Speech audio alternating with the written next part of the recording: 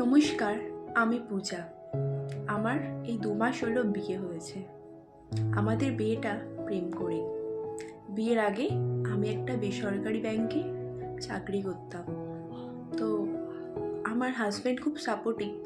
আমাকে কখনোই উনি চাকরিটা ছাড়তে বলেননি, কিন্তু পরিস্থিতি আমাকে চাকরিটা ছাড়তে বাধ্য করেছে।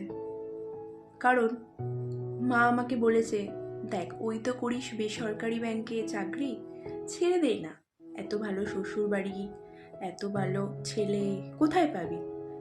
হ্যাঁ, আপনাদেরকে বলে রাখি, আমার বর একটি খুব ভালো বিজনেসম্যান, তার সাথে খুব ভালো ট্রেডার।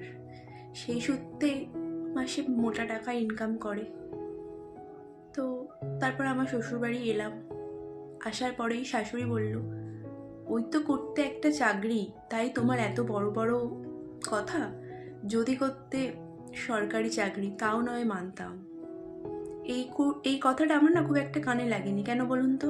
আমি তো বলেছিলাম আমার মা আমাকে বলতো। এই করে করে প্রায় 1 বছর কেটে গেল। আমার হাজবেন্ডকে যখন আমি এটা ওটা চাইতাম, আমার হাজবেন্ড আমাকে দিত, কোনোদিন কিছু বলতো না। কিন্তু শাশুড়ি এসে আমাকে বলতো, কেন আমার ছেলের টাকা ধ্বংস করে কেন নাও? নিজে কিছু করতে পারো না? এত দামি দামি জিনিস, এত দামি দামি পার্সেল কেন নাও? কি জন্য নাও?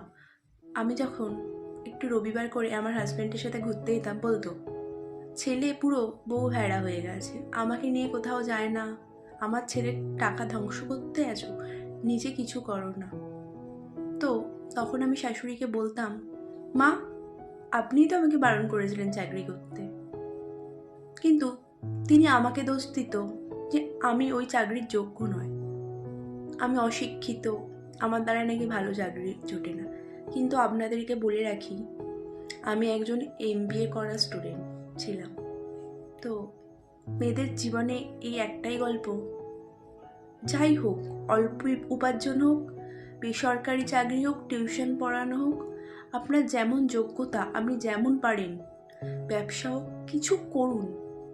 না হলে পূজার মতোই আপনার জীবনের কাহিনীটা উঠে যাবে। নমস্কার, ভালো থাকবেন।